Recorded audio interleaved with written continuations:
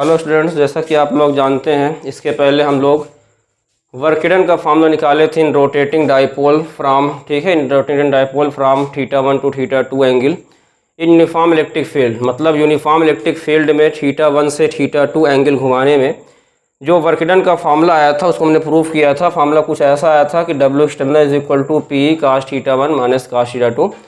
जब किसी डाइपोल को किसी इलेक्ट्रिक फील्ड में θ1 से θ2 एंगल घुमाया गया था, कोण घुमाया गया था, तो ये फॉर्मूला निकल के आया था। ठीक है, आज हमें प्रूफ करना है कि potential energy of a dipole uniform electric field, uniform electric field में किसी डाइपोल की पोटेंशियल एनर्जी का फॉर्मूला क्या होता है। तो देखिए, थोड़ा समझिए ध्यान से। इसको कुछ ऐसे डिफाइन करते हैं कि द वर्क डन, सुनिएगा, the work done in rotating a dipole, ठीक है, the work done in rotating a dipole from θ1 to θ2 angle is stored as a change in potential energy of a dipole. मतलब किसी भी dipole को θ1 angle से θ2 angle घुमाने पर जो वर्क डन होता है उस डाइपोल की पोटेंशियल एनर्जी के चेंज के फॉर्म में स्टोर होता है। तो हम ये कह सकते हैं कि जो भी एक्सटर्नल वर्क डन किया हमने वो क्या होगा, चेंज इन पोटेंशियल एनर्जी के इक्वल होगा। और यहाँ पे देखिए, जब डाइपोल 90 डिग्री पे रखा होता है, ठीक है, ध्यान देना, जब 90 डिग्री पे रखा होता है तो उसकी पोटेंशियल एनर्जी क्या होती है, ज़ीरो होती है। ठीक है ना, जैसे पढ़ा था कि इन्फिनिटी पोटेंशियल की वैल्यू क्या होती है, ज़ीरो होती है ना, इन्फिनिटी पे पोटेंशियल एनर्जी की वैल्यू ज़ीरो होती है। वैसे जब डाइपोल जो है, जब डाइपोल का कॉन्फ़िगरेशन या डाइपोल की पोजीशन जो है इलेक्ट्रिक फील्ड में 90 डिग्री पे रखी होती है, तो अजम्पशन है फिजिक्स के अंदर कि उसकी पोटेंशियल एनर्जी कितनी होगी, ज़ीरो होगी, ये माना गया है फिजिक्स के अंदर। ठीक है, इतनी बात आप लोग को पहले से ध्यान में रखना है कि डाइपोल को अगर हम 90 डिग्री पे रख रहे हैं, किसी भी डाइपोल को अगर हम इलेक्ट्रिक फील्ड के अंदर 90 डिग्री पे प्लेस कर रहे हैं तो उसकी पोटेंशियल एनर्जी की वैल्यू क्या होगी, ज़ीरो होगी। ठीक है, तो यहाँ पे बात तो पहले से मालूम है, ये बात तुमने पहले प्रूफ कर दिया था P cos θ1 माइनस cos θ2 कि अगर हम किसी डाइपोल को θ1 एंगल से θ2 एंगल घुमा रहे हैं तो वर्क का फार्मूला क्या निकलेगा, P cos θ1 माइनस cos θ2। एक हमने फार्मूला और प्रूफ कराया था जिसमें 1 माइनस cos θ था, तो उसमें लिया था, उसमें θ1 को 0 से लिया था और किसी भी एंगल पे घुमाए थे तो फार्मूला कुछ आया था P1 माइनस cos θ था। ठीक है, लेकिन आज हमें इसी वर्क डन से फार्मूला से हम निकालने जा रहे हैं किसी भी हम डाइपोल की किसी पोजीशन पर पोटेंशियल एनर्जी का फार्मूला क्या होता है, किसी डाइपोल को निकालने जा रहे हैं। ठीक है, तो इसमें सबसे पहली बात क्या बताया आपको कि जो भी हम वर्क डन कर रहे हैं, जो भी हमने वर्क किया है डाइपोल को घुमाने में, वो क्या होगा, उस डाइपोल की पोटेंशियल एनर्जी के चेंज के फॉर्म में स्टोर होगा। अब चेंज का मतलब तो कई बार आप लोगों को ना मालूम होना चाहिए, कई बार बताया भी गया होगा कि चेंज का मतलब क्या होता है। चेंज का मतलब होता है फाइनल माइनस इनिशियल। क्या होता है, फाइनल माइनस इनिशियल। ठीक है, यहाँ पे देखिए हमने एक एंगल ऑलरेडी 90 ले रखा है। 90 क्यों ले रखा है, क्योंकि 90 डिग्री पे अजम्पशन है, फिजिक्स के अंदर एक कल्पना है, कंसिडरेशन है कि 90 डिग्री पे जो पोटेंशियल एनर्जी होती है वो ज़ीरो होती है। क्या होती है, ज़ीरो होती है। तो हमने एक एंगल को यहाँ पे 90 लिया है, बाकी सेकंड एंगल आपकी मर्जी है, 90 से लेस ले लीजिए या 90 से ग्रेटर ले लीजिए, कुछ भी ले सकते हैं। तो हमने सेकंड एंगल कुछ भी ले लिया जहाँ पे हमें निकालना है। ठीक है ना, 90 पे 0 होगा, बाकी इसके अलावा कहीं भी 0 नहीं होगा। ठीक है ना, अभी आगे हम बताने जा रहे हैं। तो यहाँ पे हम कंडीशन देखिए लगाने जा रहे हैं, θ1 से θ2 एंगल घुमा रहे हैं। तो यहाँ पे हम अगर कंडीशन लगा दें कि हमने θ1 को एज्यूम कर लिया है 90 डिग्री एज्यूम कर लिया और θ2 को हमने कोई भी एंगल ले लिया, सपोज कर लिया θ ले लिया। ठीक है, 90 डिग्री पे जो इसकी पोटेंशियल एनर्जी है वो इनिशियल पोटेंशियल एनर्जी है। ठीक है ना, क्या है, इनिशियल पोटेंशियल एनर्जी है, मतलब डैट मीन्स U90 बोलेंगे। और जो θ है, जो θ2 एंगल पे पोटेंशियल एनर्जी है वो क्या है, U फाइनल बोल देंगे। क्या बोल देंगे, U फाइनल बोल देंगे। तो क्या यहाँ पे डेल्टा U लिखा है, क्या इसको मैं ऐसे लिख सकते हैं, थोड़ा सुनिएगा, जहाँ डेल्टा U लिखा है क्या इसको मैं ऐसे लिख सकते हैं, U final minus U initial. कोई डाउट तो नहीं किसी को, क्या लिखेंगे बोलिए, U final minus U initial. ठीक है, तो इसको मैं ऐसे लिख सकते हैं ना, U final minus U initial. Initial कौन सा एंगल है, 90 डिग्री का है, और फाइनल कौन सा एंगल है, θ एंगल पे है। ठीक है, निकालने जा रहे हैं यहाँ पे, जिस एंगल पे हम निकालने जा रहे हैं, कैलकुलेट करने जा रहे हैं। अब यहाँ पे देखिए, थोड़ा ध्यान देना, डेल्टा U किसके इक्वल होता है, W एक्सटर्नल के। तो यहाँ लिखने जा रहे हैं कि delta U is equal to W external. Clear कि नहीं क्लियर, हाँ, W एक्सटर्नल। और W एक्सटर्नल का फॉर्मूला आपके सामने लिखा है P cos θ1। इसको हम ऑलरेडी प्रूफ कर चुके हैं पीछे वीडियो में, अगर जिसने वॉच ना किया तो जाके वीडियो को देख सकता है। ठीक है, पी काश थीटा 1 माइनस काश थीटा 2। थीटा 1 की वैल्यू क्या है, हमने 90 ले रखा है। अच्छा 90 क्यों लिया है, क्योंकि 90 पे पोटेंशियल एनर्जी की वैल्यू 0 फिजिक्स में मतलब एज्यूम की जाती है, जंक्शन है, ठीक है ना, क्योंकि 90 पे पोटेंशियल एनर्जी क्या होती है, डायपोल की 0 होती है, माना गया है फिजिक्स के अंदर, ठीक है। तो यहाँ पे बताइए, जहाँ डेल्टा यू लिखा पे क्या लिखेंगे, यू फाइनल माइनस बोलिए क्या लिखेंगे, U initial is equal to. अच्छा एक बात ये भी याद रखिए, अगर एग्जाम में कभी आपसे पूछता है चेंज इन पोटेंशियल एनर्जी का फॉर्मूला बताइए, तो जो वर्क डन का फॉर्मूला है ना, जो वर्क डन का फॉर्मूला है वही फॉर्मूला क्या है, चेंज इन पोटेंशियल एनर्जी का फॉर्मूला है, ठीक है। लेकिन हमें किसी एंगल पे निकालना, हमें क्या करना है, किसी एंगल पे फाइंड करना है पोटेंशियल एनर्जी का फॉर्मूला। तो हम क्या करने जा रहे हैं, you final minus you initial. अब इसी में हम थोड़ा वैल्यू को पुट करेंगे, तो बताइए थीटा 1 की वैल्यू कितना है, 90 डिग्री, तो 90 पुट कर दिया, और थीटा 2 की वैल्यू कोई भी एंगल है थीटा, तो थीटा पुट कर दिया, ठीक है ना। अब इसके नीचे थोड़ा सा इसको इरेज करते हैं, यहाँ पे दिखेगा नहीं आप लोगों को, इसके आगे हम यहाँ पे लिख रहे हैं, ठीक है। तो बात सबके समझ में आ गई ना कि थीटा 1 से थीटा 2 एंगल घुमाने पे वर्क डन का फॉर्मूला ये होता है, और जो वर्क डन है वही चेंज इन पोटेंशियल एनर्जी का फॉर्मूला है। और लेकिन हमें किसी एंगल थीटा पे निकालना है पोटेंशियल एनर्जी का फॉर्मूला, तो हम यहाँ पे निकालने जा रहे हैं, ठीक है। अब इसको हम इरेज कर रहे हैं। अब इसके बाद देखिए थोड़ा इसको सिंप्लीफाई कर लेते हैं, तो हमें किसी भी एंगल पे पोटेंशियल एनर्जी का फॉर्मूला मिल जाएगा, ठीक है। तो बताइए इनिशियल कौन सा एंगल है, 90 है, फाइनल कौन सा एंगल है, थीटा है। तो क्या इसको ऐसे लिख सकते हैं, यू थीटा माइनस यू 90, ऐसे तो लिख ही सकते हैं ना इसको हम, इज इक्वल टू बताइए पी लिखा है, पी लिखा रहेगा, काश 90 की वैल्यू क्या होती है, 0 होती है, काश थीटा लिखा है, लिखा रहेगा, ठीक है, लिखा रहेगा। अब यहाँ पे जो यू 90 है वो पहले से बता रखा है कि अजम्पशन है, फिजिक्स में कंसिडरेशन है, माना गया है कि 90 डिग्री पे पोटेंशियल एनर्जी की वैल्यू क्या होती है, 0 होती है, ठीक है। तो यू 90 पे एनर्जी की वैल्यू क्या हो जाएगी, 0 हो जाएगी। अब इसके बाद जो है जब इसको आगे सिंप्लीफाई करेंगे तो बताइए क्या मिलेगा। तो हमें किसी भी एंगल पे, किसी भी थीटा एंगल पे हमको जो है, ठीक है, पोटेंशियल एनर्जी का फॉर्मूला मिलने जा रहा है। माइनस को आगे खींच लो तो बताइए क्या मिलेगा, माइनस पी काश थीटा। ये हमारा किसी भी एंगल पे, किसी भी थीटा एंगल पे हो, चाहे 90 से लेस हो चाहे 90 से ग्रेटर हो, वहाँ पे हमको ये पोटेंशियल एनर्जी का क्या मिल गया, फार्मूला मिल गया। ये एनर्जी की यूनिट क्या होती है, जूल होती है, ये भी क्या होगी, जूल होगी। अब इसको हम चाहें तो वेक्टर फॉर्म में लिख सकते हैं, क्योंकि काश लगा हुआ है ना, और आप लोगों ने पढ़ा है ना कि जहाँ भी काश हटता है वहाँ डॉट लगता है ना, ए डॉट बी का formula A B cos theta. इसको इरेज कर दें, इसको आप लोग स्क्रीनशॉट ले लीजिए, ठीक है। तो ये पोटेंशियल एनर्जी का फार्मूला है माइनस पी काश थीटा। 90 डिग्री पे याद रखिएगा, आज ऑप्शन है कि 90 डिग्री पे पोटेंशियल एनर्जी की वैल्यू क्या होती है, 0 होती है। इसको इरेज करने जा रहे हैं, ठीक, हटाने जा रहे हैं।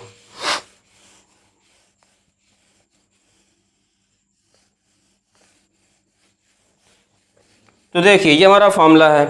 अगर यहाँ से देखिए प्रूफ भी करना है कि 90 पे 0 क्यों है, तो यहाँ पे 90 ला के रखेंगे तो काश 90 की वैल्यू कितनी आएगी, 0 आएगी, और ये यू 90 की वैल्यू 0 आ जाएगी, ठीक है ना। अगर हमसे कोई पूछता है, अगर मान लेते हैं डायपोल हमारा जो है, प्लस समझिए, पहले इसको हम वेक्टर फॉर्म में लिखने जा रहे हैं। पहले इसको हम वेक्टर फॉर्म में लिखेंगे कि वेक्टर फॉर्म में हम कैसे इसको एक्सप्रेस कर सकते हैं। तो समझिए ध्यान से, पढ़ा होगा ना कि जहाँ भी डॉट हटता है, जहाँ भी डॉट हटेगा, vector A dot vector B, तो इसको क्या लिखते हैं, ए बी काश थीटा। क्या लिखते हैं इसको, ए बी काश थीटा लिखते हैं, ठीक है, नहीं ठीक है। तो यहाँ पे ठीक वैसे यहाँ पे थोड़ा दिमाग लगाएं हम, तो यहाँ पे जैसे ये माइनस पी काश थीटा लिखा हुआ है, तो क्या इसको ऐसे नहीं लिख सकते हैं, माइनस बाहर रहने दीजिए, माइनस वेक्टर ऑफ पी, क्योंकि डायपोल मोमेंट क्या होता है, वेक्टर क्वांटिटी है, और ई ऑलरेडी वेक्टर क्वांटिटी है, तो क्या इसको ऐसे भी लिख सकते हैं। डॉट हटेगा तो फिर से काश लग जाएगा, सही बात है, नहीं सही बात है। तो चाहे ऐसे लिखिए चाहे ऐसे लिखिए, ये वेक्टर फॉर्म है, ये किसी भी एंगल पे क्या है, पोटेंशियल एनर्जी का फार्मूला है। अगर हमसे पूछता कोई चेंज इन पोटेंशियल एनर्जी, तो चेंज इन पोटेंशियल एनर्जी का फार्मूला वही है जो एक्सटर्नल वर्क डन का फार्मूला है ना, जो वर्क डन का फार्मूला था पी काश थीटा 1 माइनस काश थीटा 2, ठीक है। तो ओवरऑल हमने दो फार्मूला देखा कि चेंज इन पोटेंशियल एनर्जी का फार्मूला तो सेम था जो वर्क डन का फार्मूला, अगर हमें दो एंगल देगा, अगर हम एग्जाम में दो एंगल दे रहा है कि थीटा 1 से थीटा 2 घुमा रहे हैं और कितना चेंज इन पोटेंशियल एनर्जी हो रहा है, तो उसको हम तो वर्क डन से ही निकाल लेंगे। अगर किसी एंगल पे पूछ रहा है कि 30 बताइए, 60 बताइए, 45 बताइए, तो यहाँ से लगा लेंगे, ठीक है। देखिए दोबारा हम लिख देते हैं यहाँ पे, अगर कभी आपसे पूछता है change in potential energy, change in potential energy, तब तो सिंपल एक्सटर्नल वर्क डन का जो बताया था उसी फार्मूला को नोट करिए, पी काश थीटा 1 माइनस काश थीटा 2, ठीक है ना। तो आपका इसी फार्मूला से काम चल जाएगा अगर चेंज इन पोटेंशियल एनर्जी पूछ रहा है, ठीक है। लेकिन अगर किसी एंगल पे पूछ रहा है, अगर किसी एंगल पर पूछ रहा है, किसी स्पेसिफिक एंगल पर दे रखा है कि हमको 30 बताना, हमको 60 बताना, हमको 90 बताना, हमको किसी ठीक एंगल में बताना है, तो हम फार्मूला क्या लगाएंगे, माइनस पी cos थीटा। कहाँ से है, इसी फार्मूला से आया है। हमने θ1 की प्लेस पे 90 पुट कर दिया और θ2 के प्लेस पे कोई एंगल ले लिया और हमने ये प्रूफ कर दिया कि जो थीटा का फार्मूला होता है माइनस पी cos थीटा, जो किसी भी एंगल पर है, किसी भी रैंडम एंगल पर है, ठीक है। याद हो गया ना सभी को कि चेंज इन पोटेंशियल एनर्जी का फार्मूला एक्सटर्नल वर्क डन के इक्वल होगा और किसी भी एंगल पर पोटेंशियल एनर्जी का formula minus P cos theta, इसका ये वेक्टर फॉर्म है, ठीक है। अब यहाँ लोग स्क्रीनशॉट ले लीजिए, ठीक है। अब इसके बाद देखिए, अगर यहाँ से हम थोड़ा माइंड लगाएं, ठीक है, कि यहाँ पे अगर हम थीटा की वैल्यू हम 0 पुट करें, थीटा की अगर हम वैल्यू को 0 डिग्री पर रख रहे हैं तो क्या आएगा। अगर डाइपोल मोमेंट बिल्कुल सीधा रखा हो तो इसकी पोटेंशियल एनर्जी कितनी आएगी, समझिए ध्यान से। तो u0 या u, ठीक है, 0 लिख देते हैं, u0 डिग्री पे कितना आएगा, तो माइनस पी cos 0, और cos 0 की वैल्यू क्या होती है, 1 होती है, तो माइनस पी आ जाएगी, ठीक है। और डैट इज सबसे ये मिनिमम, ठीक है, पोटेंशियल एनर्जी है, सबसे कम से कम पोटेंशियल एनर्जी है। और इसी केस को बोलते हैं स्टेबल कंडीशन। जब डाइपोल बिल्कुल क्या होता है, सीधा रखा होता है, बिल्कुल इलेक्ट्रिक फील्ड के लाइन में रखा होता है, तो उसकी पोटेंशियल एनर्जी सबसे मिनिमम होती है, डैट इज स्टेबल कंडीशन। ये डाइपोल की क्या होती है, स्टेबल कंडीशन भी मानी जाती है, ठीक है। इसी में एक केस और डिस्कस कर देते हैं, इसको हटा देते हैं, ऊपर इरेज कर देते हैं, इसको इरेज कर दें, हटा दें, इसको आप लोग स्क्रीनशॉट ले लीजिएगा। तो अगर यहाँ पे हम डाइपोल की एनर्जी निकालें 180 डिग्री पे, ठीक है। अच्छा, ये कैसे कंडीशन में था कि जिधर डाइपोल रखा हुआ था, जिधर डाइपोल मोमेंट था -q2 + q डायरेक्शन होता है डाइपोल मोमेंट का, उधर ही क्या था, इलेक्ट्रिक फील्ड था, उधर ही क्या था, बोलो, इलेक्ट्रिक फील्ड था। तब ये कंडीशन था। अगर मान लो इलेक्ट्रिक फील्ड इधर की तरफ है, ठीक है, और जो डाइपोल मोमेंट है हमारा वो इसके जस्ट अपोजिट डायरेक्शन में है, ठीक है। यहाँ -q है, यहाँ +q है, इसके जस्ट अपोजिट डायरेक्शन में है डाइपोल मोमेंट का डायरेक्शन। मतलब यहाँ पे जो एंगल बनेगा वो 180 डिग्री का बनेगा। कितने का बनेगा बताइए, एंगल 180 डिग्री का बनेगा।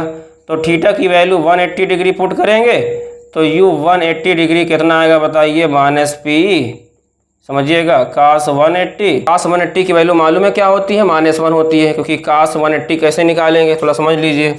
cos 180 की वैल्यू ऐसे निकालेंगे, cos 90 + 90, और cos 90 + थीटा क्या होता है, -sin थीटा, -sin 90, और sin 90 की वैल्यू 1 होती है। तो यहाँ पे ला के रखेंगे तो cos 180 की वैल्यू -1 हो जाएगी, और ये माइनस ऑलरेडी लगा हुआ है तो माइनस माइनस का +p, ठीक है। तो ये मैक्सिमम पोटेंशियल एनर्जी है जो 180 डिग्री पे है, ये मैक्सिमम पोटेंशियल एनर्जी है, और इसको बोलते हैं अनस्टेबल कंडीशन, ठीक है। ये क्या होता है, अनस्टेबल कंडीशन। मतलब ये अनस्टेबल कंडीशन है, मतलब अगर थोड़ा सा भी डाइपोल को घुमाएंगे तो ये पूरा डाइपोल घूम जाएगा। अब इसको हम डायग्राम बना के समझा देते हैं, ठीक है। तो स्टेबल में क्या होता है, एनर्जी मिनिमम होती है, कम से कम होती है, और अनस्टेबल में क्या होता है, एनर्जी की वैल्यू क्या होती है, मैक्सिमम होती है। मतलब जब किसी डाइपोल की एनर्जी, पोटेंशियल एनर्जी मिनिमम हो, कम से कम हो, तो स्टेबल कंडीशन में होता है। जब वही डाइपोल 180 डिग्री पे रखा हो, मतलब इलेक्ट्रिक फील्ड के एंटी पैरेलल रखा हो, उसकी एनर्जी सबसे मैक्सिमम होती है, तो क्या होता है, अनस्टेबल कंडीशन में होता है, ठीक है ना। और डायग्राम में समझा ही दिया है कि डाइपोल मोमेंट का डायरेक्शन इलेक्ट्रिक फील्ड के अलॉन्ग है, तो स्टेबल कंडीशन में है, ठीक है। अच्छा, इसमें देखो स्टेबल का मतलब क्या है, अगर इसको हल्का से हम ऑसिलेट का, अगर इसको हल्का से जो है इसकी जगह से डिस्प्लेस करेंगे, स्लाइटली डिस्प्लेस करेंगे, तो अपनी जगह पे दोबारा से आ जाएगा। यहाँ पे कि अगर इसको हल्का से डिस्प्लेस करेंगे ना तो ये पूरा घूम जाएगा, पूरा रोटेट हो जाएगा, ठीक है। इतना सही से नोट कर लीजिए, फिर आगे हम बता रहे हैं। इसको नोट कर लीजिए, स्क्रीनशॉट ले लीजिए।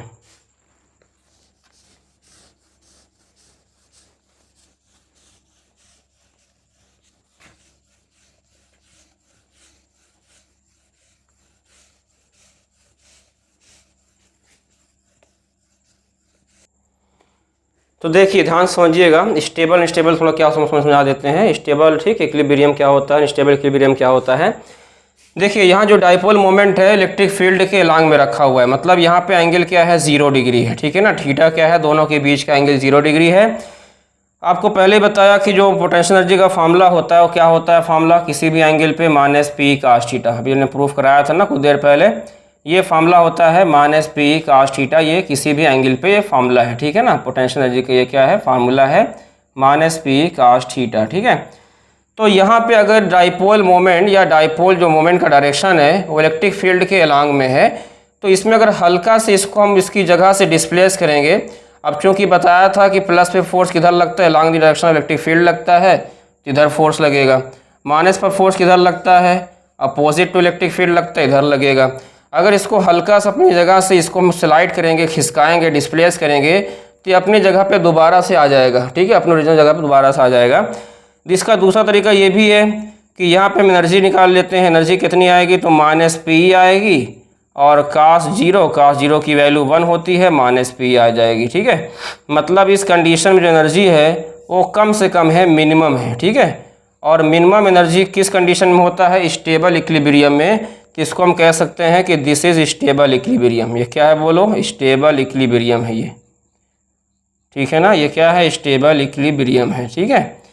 यहाँ पे आइए, यहाँ पे देखिए जो डाइपोल मोमेंट है वो इलेक्ट्रिक फील्ड के अपोजिट डायरेक्शन में है, मतलब एंगल यहाँ कितना बनेगा, 180 डिग्री बनेगा। कितना बनेगा बताइए, 180 डिग्री बनेगा।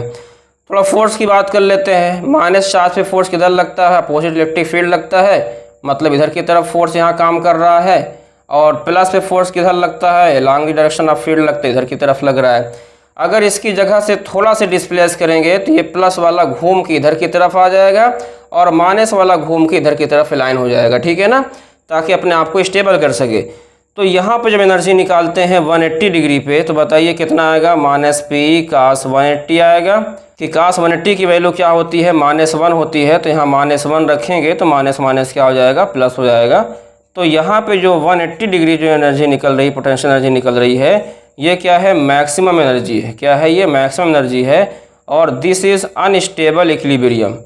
इक्विलिब्रियम में तो है, मतलब दोनों तरफ का फोर्स क्या है, दोनों तरफ का देखो, ध्यान देना। इक्विलिब्रियम का मतलब थोड़ा समझा रहे हैं क्या होता है। इक्विलिब्रियम का मतलब ये होता है कि जहाँ पे नेट फोर्स और नेट टार्क दोनों ज़ीरो हो तो उसे बोलते हैं इक्विलिब्रियम। तो यहाँ भी देखिए नेट फोर्स ज़ीरो है और नेट टार्क के दोनों का लाइन ऑफ एक्शन सेम है, नेट टार्क भी ज़ीरो है। यहाँ पे देखिए नेट फोर्स ज़ीरो है, नेट टार्क ज़ीरो है। लेकिन ये क्या है ना कि ये परमानेंटली है, इसको अगर हल्का से थोड़ा से खिसका के छोड़ देंगे तो अपनी जगह पे टू फ्रो मोशन करते हुए फिर से आ जाएगा। लेकिन अगर इसको हल्का सा हमने खिसका दिया अपनी जगह से तो ये पूरा जो ऐसे घूम जाएगा, और घूमने के बाद माइनस की उधर आ जाएगा और प्लस को उधर से पहुँच जाएगा, ठीक है। तो ये इक्विलिब्रियम की पहचान होती है। इक्विलिब्रियम में स्टेबल कौन सा है, ये वाला स्टेबल है क्योंकि इसकी एनर्जी मिनिमम है, कम से कम एनर्जी है। और ये क्या है, अनस्टेबल, क्योंकि इसकी एनर्जी क्या है, मैक्सिमम है, ठीक है। तो आई होप आप लोग को समझ में आ गया होगा कि चेंज इन पोटेंशियल एनर्जी का फार्मूला क्या होता है, वर्क डन के बराबर होता है। और किसी भी एंगल पर पोटेंशियल एनर्जी का फार्मूला क्या बताया, माइनस पी कास थीटा। फिर बता दिया कैसे पहचानेंगे कि स्टेबल है अनस्टेबल है, ठीक है। स्टेबल में क्या बताया, एनर्जी की वैल्यू कम से कम होती है, मिनिमम होती है। और अनस्टेबल में क्या होता है, एनर्जी की वैल्यू मैक्सिमम होती है, ज़्यादा से ज़्यादा होती है। क्लियर है ना। Thank you so much. आज का आप लोग को वीडियो पसंद आया होगा। और इसके पहले जो हमने बताया था वर्क डन का फार्मूला या टार्क का फार्मूला, उसको जाके रिवाइज कर लीजिएगा, क्योंकि बिना उसके रिवीजन के आपको ये सब थोड़ा चीज़ें थोड़ा से कठिन लगेंगी, ठीक है ना। तो थोड़ा सिक्वेंसली फॉलो करिए ताकि वीडियो आप लोगों को अच्छे से इंटरेस्ट समझ में आए और अच्छे से उसको वॉच कर सकें, ठीक है ना। Thank you so much.